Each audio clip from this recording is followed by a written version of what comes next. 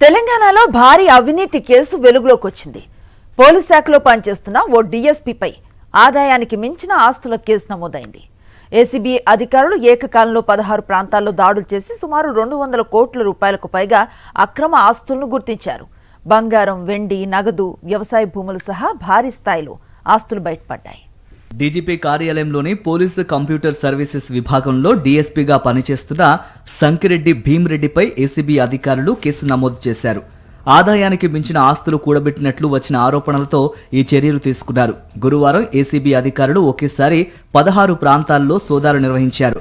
DSP నివాసంతో పాటు ఆయన బంధువులు, స్నేహితులు, బినామీల ఇళ్లలో కూడా తనిఖీలు చేశారు.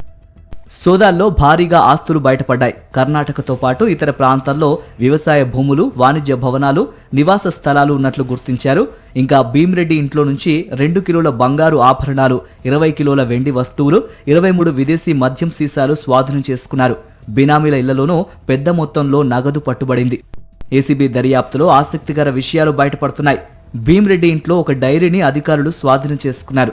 అందులో బినామీల పేర్లు ఉన్నట్లు గుర్తించారు. ఈ ఆధారాలతో మరిన్ని చోట్ల సోదాలు వేగవంతం చేశారు. ఒక బినామీ ఇంట్లోనే సుమారు 40 లక్షల రూపాయల నగదుతో పాటు 16 ఆస్తులకు సంబంధించిన పత్రాలు దొరికినట్లు అధికారులు తెలిపారు. ఇప్పటి వరకు లభించిన ఆస్తుల విలువను పరిశీలిస్తే మొత్తం 200 కోట్ల రూపాయలకు పైగా అక్రమ ఆస్తులు ఉన్నట్లు ఏసీబీ అంచనా వేస్తోంది. బ్యాంకు ఖాతాల్లో నగదు, భూములు, భవనాలు, బంగారం, వెండి అన్నీ కలిపి ఈ భారీ నెట్వర్క్ బయటపడింది. దర్యాప్తు ఇంకా కొనసాగుతోంది. భీమ్రెడ్డి గతంలో గ్రేటర్ హైదరాబాద్ పరిధిలో వివిధ పోలీస్ స్టేషన్లలో పనిచేశారు.